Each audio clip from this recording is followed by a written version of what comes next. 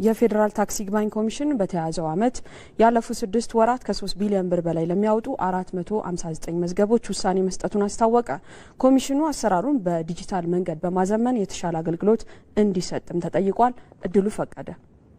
የፌዴራል ታክስ ይግባኝ ኮሚሽን ግብር ከፋዩ ማህበረሰብ የሚያቀርባቸው ቅሬታዎችን በመመርመርና ሁለቱን ወገኖች በማከራከር በገለልተኝነት ፍትሐዊ ውሳኔዎችን ለመስጠት የተቋቋመ ነው። ኮሚሽኑ በ2018 በጀት ዓመት 6 ወራት ከ3 ቢሊዮን ብር በላይ የሚያወጡ የታክስ ቅሬታ መዝገቦች ላይ ውሳኔ አሳልፏል። ወደ 459 መዝገቦች ታይተዋል እና ወደ 452ቱ የሆኑት 99% የሚሆነው ውሳኔ ተሰጥቷቸዋል። እዚህ ላይ በደንብ ግልጽ እንዲሆን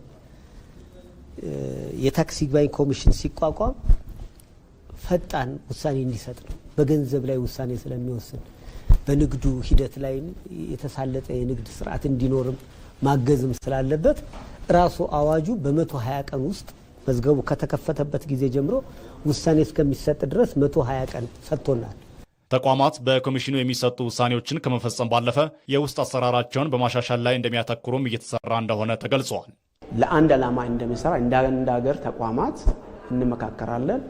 በምክክሮቻችን መካከል በእኛ በኩል ፍርድ ቤቶች የሚያነሷቸውን ክፍተቶች፣ ህጸጾች ካሉ እነሱን እንደ ተቋም ወደ ኋላ ተመልሰን አንዳንዶቹን በአሰራር አንዳንዶቹን ህጎቹን እስከ ማሻሻል በመሄድ አንዳንዶቹን ደግሞ ህግና አሰራር የሌላቸው ከሆኑ ደግሞ አዳዲስ ህጎቹን በመቅረጽ ጭምር ማሻሻያዎችን እናደርጋለን ማለት ነው።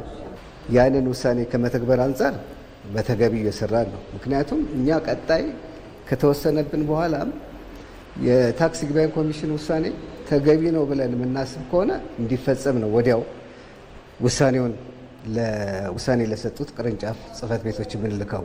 በሌላ በኩል የታክስ ቅሬታ አፈታትን በማዘመንና ዲጂታል አሰራርን በመተግበር በተለያዩ የሀገሪቱ ክፍሎች ያሉ የህብረተሰብ ክፍሎችን ተደራሽ ለማድረግ ኮሚሽኑ መስራት እንደሚገባው ተገልጸዋል። በተለያዩ ቦታዎች ቅርንጫፎች ስላሉት አዳማና ሐዋሳን ጨምሮ ከድሬዳዋን ጨምሮ የሚነሱ ክርክሮችን እዛው አካባቢ ላይ የሚፈታበት የዲጂታል አማራጭ ወይም ደግሞ ተንቀሳቃሽ ችሎት ቢያዘጋጅ የተሻለ ተደራሽነቱን የሚያጠናክር ነው ብለን እናስባለን። ቢያንስ እንኳ ከቃል ክርክር ውጭ ያለውን ፕሮሰስ እዛው ካሉበት ቦታ ሆነው የሚጨርሱበት ሁኔታ ለማመቻቸት በቅርቡ እሱ ይጠናቀቃል ብለን እናስባለን። ከዛ በኋላም ቨርቹዋሊ ችሎቶቹን ለማድረግ ጥረት ይደረጋል ተብሎ ነው እየታሰበ ያለው።